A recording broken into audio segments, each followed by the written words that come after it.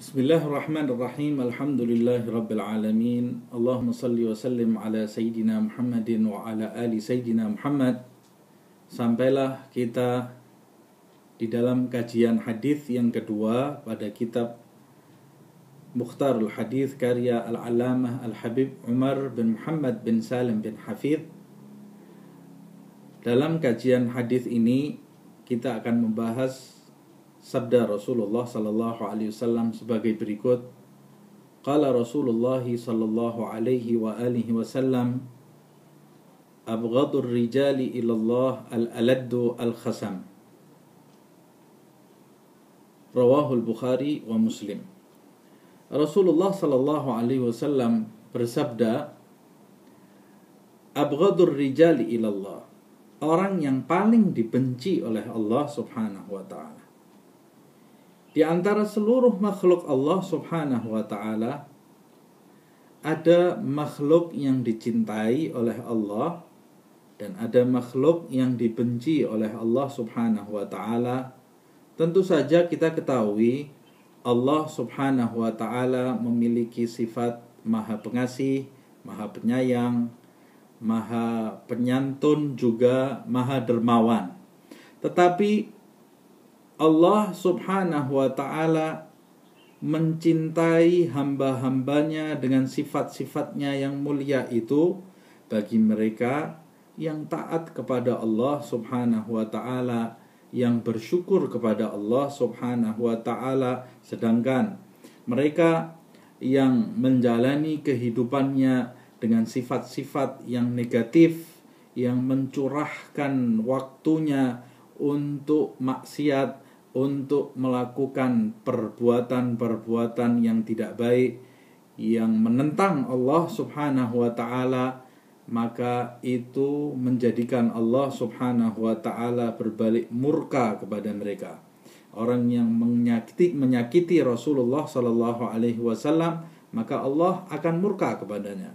Orang yang menyakiti hati kedua orang tuanya, maka Allah yang maha penyayang akan berbalik murka kepadanya. Sebab ulah manusia itu sendiri, tentu saja di dalam hidup ini ada dua jalan. Jalan yang bisa mendatangkan ridha Allah dan jalan yang bisa mendatangkan kebencian dan murka Allah Subhanahu wa ta'ala. Hendaknya kita selalu waspada di dalam berbuat dan mengucap, agar setiap perbuatan dan ucapan kita ini berada di dalam jalan ridha Allah Subhanahu wa ta'ala, bukan berada di dalam jalan yang mendatangkan kebencian dan kemurkaan Allah Subhanahu wa ta'ala. Dijelaskan oleh Nabi Muhammad sallallahu alaihi wasallam di dalam hadis ini, abghadur rijali ilallah, orang yang paling dibenci oleh Allah Subhanahu wa ta'ala, al-aladdu al-khasam, yaitu yang memiliki dua sifat yang saling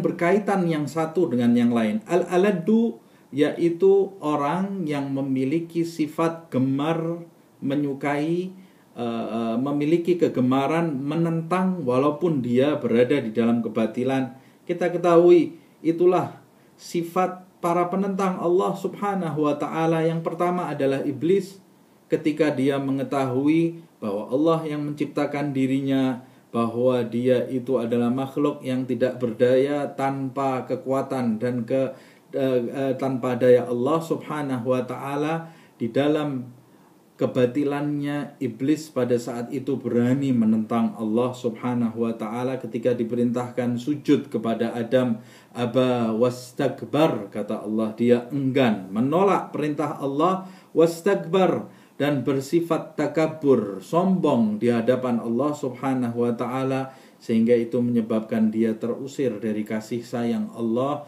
menuju kepada lembah murka Allah Subhanahu wa ta'ala karena sifat penentangan yang ada di dalam dirinya. Begitu pula Fir'aun, begitu pula Namrud, begitu pula Abu Lahab, begitu pula Abu Jahal, dan begitu setiap orang yang memiliki sifat gemar menentang segala sesuatu yang disampaikan ke dalam dirinya, maka dia berada di dalam sunnah iblis, sunnah Fir'aun, sunnah Abu Jahal, dan sunnah Abu Lahab. Na'udzubillah min dzalika. Orang-orang yang seperti ini dia akan jauh dari kebenaran karena dipenuhi keangkuhan di dalam dirinya, sehingga setiap kabar yang disampaikan kepadanya, setiap nasihat yang disampaikan kepadanya, pertama kali yang dia lakukan adalah menentang terlebih dahulu, walaupun dia tahu bahwa dia berada di dalam kebatilan dan yang memberikan nasihat adalah dia yang berada di dalam kebenaran. Al-aladdu, begitu pula al-khasam, yang suka berdebat. Hampir sama sifat menentang dan sifat berdebat. Mereka yang gemar berdebat juga tidak akan sampai kepada titik kebenaran. Perdebatan yang sengit, perdebatan yang tidak ada ujungnya justru akan memperkeruh hati seseorang, justru akan mempertebal rasa sombong dan rasa angkuh seseorang, dan menjauhkan dia dari hal-hal yang positif, menjauhkan dia dari jalan Nabi besar Muhammad sallallahu alaihi wasallam. Kita lihat Rasul sallallahu alaihi wasallam bukan orang yang gemar menentang dan bukan orang yang gemar berdebat. Rasul sallallahu alaihi wasallam adalah orang yang penuh rendah hati. Rasul sallallahu alaihi wasallam adalah orang yang selalu menyampaikan sesuatu karena menginginkan suatu kebenaran, bukan karena ingin mengumbar hawa nafsu. Sedang orang yang gemar menentang dan gemar berdebat di dalam kebatilan ini, mereka melakukan semua itu hanya untuk memuaskan nafsu mereka, memuaskan keinginan mereka, memuaskan kepuasan intelektualitas mereka. Dan orang yang seperti ini akan jauh dari Allah subhanahu wa ta'ala. Dan dua sifat ini yang sekarang banyak menjangkiti umat Islam, banyak menjangkiti umat Nabi Muhammad sallallahu alaihi wasallam. Mereka menjadikan agama ini hanya sebagai bahan pertentangan antara yang satu dengan yang lain, hanya sebagai bahan perdebatan. Namun sedikit sekali di dalam diri mereka orang-orang yang berakal, yang mau menjadikan agama itu sebagai landasan untuk mencapai cinta Allah subhanahu wa ta'ala dan untuk mencapai kedekatan di sisi Allah subhanahu wa ta'ala. Hikmah yang bisa kita petik dari hadis ini, yang pertama, Rasulullah sallallahu alaihi wasallam menganjurkan kita agar menjalani hidup ini mengambil jalan yang bisa mendatangkan ridha Allah, bukan jalan yang mendatangkan kebencian Allah subhanahu wa ta'ala kepada diri kita.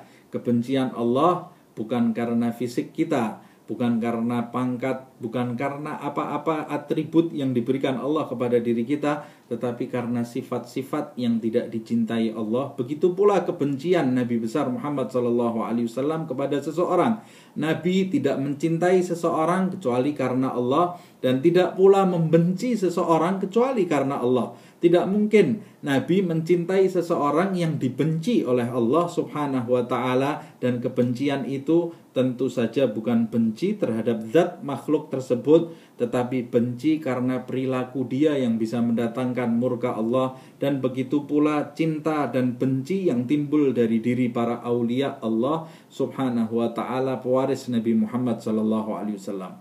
Hikmah yang kedua yang bisa kita petik adalah mereka yang gemar menentang di dalam kebatilan dan gemar berdebat, mereka itu adalah orang-orang yang terhijabi dari kedekatan di sisi Allah subhanahu wa ta'ala karena keangkuhan yang ada di dalam diri mereka, dan kegelapan demi kegelapan akan menyelimuti akan menyelimuti hati mereka dan akan menjauhkan mereka dari hadirat Allah subhanahu wa ta'ala yang maha suci. Kemudian yang ketiga, Rasul sallallahu alaihi wasallam menganjurkan kita meninggalkan perdebatan, meninggalkan pertentangan, dan kembali menyandang sifat yang santun, sifat yang rendah hati, karena kedua sifat itu yang nantinya bisa menjadikan kita mendekat kepada Allah subhanahu wa ta'ala dan mendapat petunjuk dari Allah subhanahu wa ta'ala. Semoga Allah subhanahu wa ta'ala memberikan taufiknya kepada diri kita semua